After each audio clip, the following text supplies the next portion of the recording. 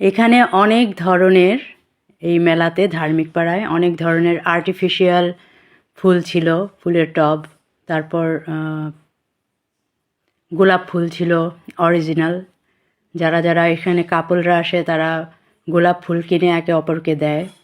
তো আমরা যেহেতু কাপল হিসেবে যাইনি, আমরা এই ফুল কিনিও নাই, কিন্তু আমরা এখানে ছবি তুলেছি, তারপরে ভিডিও করেছি।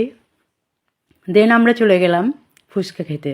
ফুচকা, এখানকার ফুচকাটা যেখানে খেয়েছি আমি ভেবেছিলাম যে ভালো হবে না, কিন্তু বিশ্বাস করেন খুবই ভালো। যারা যারা এই মিনি কক্সবাজারে আসতে চান, যা আমরা তো মানে পাশেই আমাদের, আমরা এখানে যাই প্রায় যাই।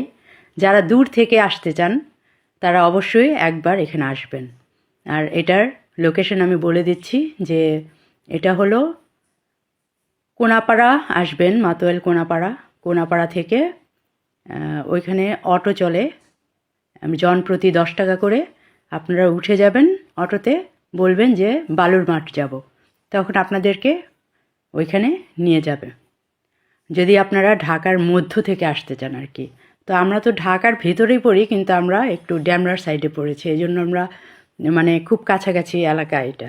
আর যারা ঢাকার মধ্য থেকে আসতে চান, আমি লোকেশন বলে দিলাম, আপনারা যদি আসতে চান অবশ্যই এখানে আসবেন, মজা করে যাবেন। তো এখানে আমার ছেলেমেয়েরা অনেক মজা করেছে। ওই যে মেয়েটা নেচেছিল তার পিছনে গিয়ে অনেক নাচানাচি করেছে। তারপরে এখানে একটা ভূতের বাড়ি, এখানে একটা থিয়েটার হয়েছে। মানে ভূতের বাড়ি বলতে কি, এই বাচ্চারাই যায় ভিতরে, একটা ভূত সেজে বসে থাকে, একটা মানুষই ভূত সেজে বসে থাকে, সেই বাচ্চাদের ভয় দেখায়। এটি একটা মজা, বাচ্চারা খুব মজা পায়। তো এটা হলো যে নৌকা, সাম্পান বলে যেটাকে আর কি, সান্টা মারিয়া যেটাকে বলে। তো আমি জোর করে আমার ছোটো বোনের ছেলেকে, পিউকে, মানে শম্পার মেয়েকে, আর আমার 2 মেয়েকে উঠাইছি, আর ছোটো বোনের ছেলে রাজকে উঠাইছি যে তোমরা ওঠো একটু দেখো। তো রাজ তো খুব ভয় পাইতেছে, তো এই ক্লিপটা আমি নিয়ে নিলাম। ওদেরকে অনেক বললাম যে তোমরা আরও রাইডে ওঠো, তো ওরা বললো কি এসব বাচ্চাদের রাইডে কেন উঠবো ওইখানে। আর আসলে ওখানে বাচ্চারাই যায়। তবে আমি একটা জিনিস লক্ষ্য করলাম যে বাচ্চাদের যে হাঁস পানিতে ঘোরে, ওখানে বড়রাও বসে আছে, সেটা দেখে আমার খুব হাসি পাচ্ছিল আর কি। তো আমরা খুবই মজা করেছি এখানে। ব্যাপার হলো বান্ধবীদের সাথে থাকলে খুবই ভালো লাগে, মজা লাগে। তো এই মজাটা আবার জামাইয়ের সাথে গেলে পাওয়া যায় না, কারণ জামাইয়ের সাথে থাকলে একটু সংযত হয়ে চলতে হয়। জামাই বলবে যে আমি তো আবার বাইরের খাবারটা একটু খেতে পছন্দ করি, যেমন ঝালমুড়ি, আচার, আবার একটু ফুচকা টুচকা। উনি ফুচকা খেতে চায়, কিন্তু ঝালমুড়ি, বাইরের পাঁপড়, আচার এগুলি খেতে দেয় না। ওনার সাথে ফ্রিভাবে ওইখানে যেতে পারি না। যাই হোক, এখান থেকে আমার মেয়ে আবার আচার কিনেছে। দেন আচার খেতে খেতে আমরা এই মেলা থেকে বের হয়ে গেলাম। তো নাবিলা বলল এখন আমি তোমাদেরকে একটা বিশেষ জায়গায় নিয়ে যাব, সেখানে তোমাদের চা খাওয়াবো। তো এখানে চলে আসলাম তার বিশেষ জায়গা। এটা হলো চায়ের স্টল। ওই কক্সবাজার, মিনি কক্সবাজার থেকে সামান্য 5 মিনিট হাঁটলেই সামনেই একটা কাকতাড়ুয়া চা কফির দোকান আছে। তো এখানে বসে আমরা চা খেয়েছি।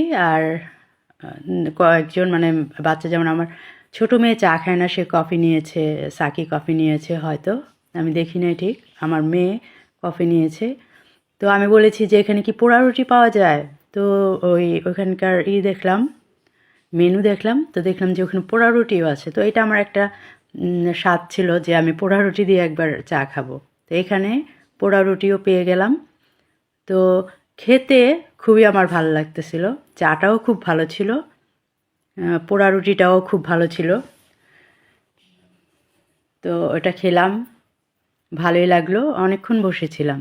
তো আমার বান্ধবী বলতেছে যে এতক্ষণ বসায় রাখলে, আমাদের যদি বলতো তাহলে আমরাই চা বানিয়ে দিতাম। তো আমরা এখানে গল্পগুজব করছি, একটু হাসি তামাশা করছি। তো যখন চা আসলো আমরা সবাই খেলাম। চা খেতে ভালোই লেগেছে, এবং আমি বলবো যে চায়ের কোয়ালিটিটা খুবই ভালো। নাবিলারা নাকি এখানে প্রায় আসে ওর কাজিনদের নিয়ে, প্রায় এখানে আসে। তো দেখলাম যে যে উম, চায়ের দোকানের যে মালিক, মানে তারোয়ার রেস্টুরেন্টের যে মালিক, সে নাবিলাকে খুব ভালোভাবেই চেনে, আমাদেরকে খুব ভালোভাবে ওয়েলকাম করেছে। তো এই যে এখানে আমরা ভিডিও করে নিচ্ছি। চা খেয়েছি। চা খাওয়ার পর আমরা খাওয়া দাওয়া শেষ করে মানে বাসায় চলে এসেছি। এই যে দেখুন, আমি পোড়া রুটি দিয়ে চা দিয়ে ভিজিয়ে খাচ্ছি। সত্যি বলছি অনেস্টলি, মানে খেতে খুবই দারুণ, খুবই দারুণ। আমার কাছে খুব ভালো লেগেছে। তো আমি মাঝে মাঝে ভ্লগ দেব। আমি নিয়মিত বাইরে গেলে অবশ্যই আপনাদেরকে ভ্লগ দেব, কিন্তু আমার বেশি যাওয়া হয় না। বান্ধবীরা আসলেই যাই। তো এই চা খেতে খেতে আপনাদের সাথে গল্প করলাম। তো যারা যারা আসতে ইচ্ছুক অবশ্যই আসবেন, এখানে চা খেয়ে যাবেন পোড়া রুটি দিয়ে। তো ভালো থাকবেন, সুস্থ থাকবেন। দেখা হবে আগামী কোনো একটা ভ্লগে।